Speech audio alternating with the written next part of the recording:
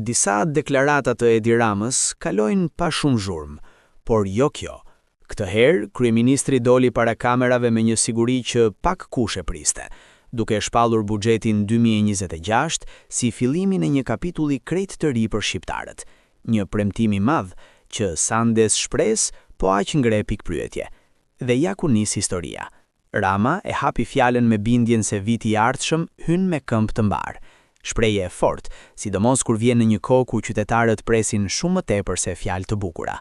Ai foli për rritje pagash, rritje pensionesh dhe një val të re investimesh. Tingëllon e mrekullueshme apo jo? Por kjo nuk është e gjithë historia, sepse sipas tij, Shqipëria ndodhet në një nivel tjetër ekonomik. Një frazë që ngjall kureshtje. Çfarë ndryshimi konkret fshihet pas saj? Çfarë po ndodh realisht me ekonominë që e bën qeverinë kaq të sigurt? Dhe më e rëndësishmja, a do ta shohë qytetari këtë nivel në jetën e tij të përditshme? Këtu fillojnë debatet. Rama foli edhe për pensionistët, për gjyshrit dhe gjyshet që shpesh janë më të prekshmit nga luhatjet ekonomike.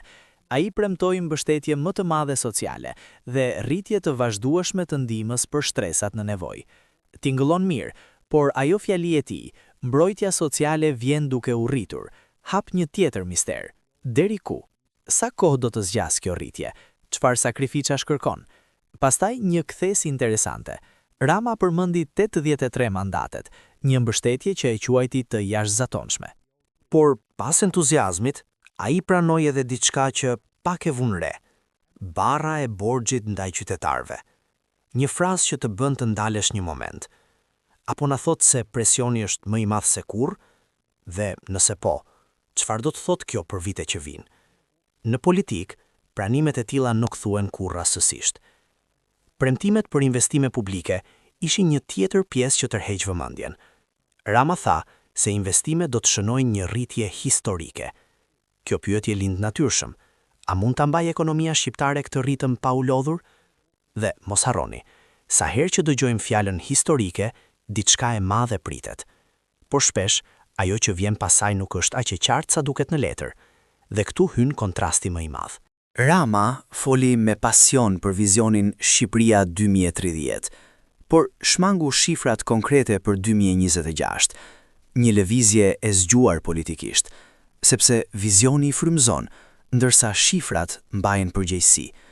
Për disa, kjo tingëllon si strategji, për të tjerët si mungesë transparence. Por sido që të jetë, kjo e mban publikun në tension. Dhe pikrisht ky tension po ushqen debatin e ditëve të fundit. Skeptikët ngrejnë pyetjen klasike, po në realitet, çfarë ndryshon? Ndërsa mbështetësit thonë se transformimi ka filluar prej kohësh.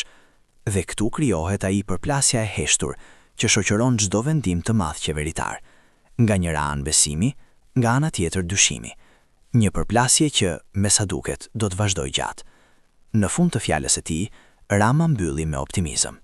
Por optimizmi politik është gjithmonë i bukur, derisa përplaset me realitetin e xhepit të qytetarit. Dhe ky është pikërisht misteri i madh i buxhetit 2026. A do ta ndjejë qytetari i thjesht rritjen që premtohet kaq shpesh, apo gjithçka do të mbetet në fjalët e një premtimi të radhës? Koha do ta tregojë, por një gjë është e sigurt: betejë e opinioneve sapo ka nisur.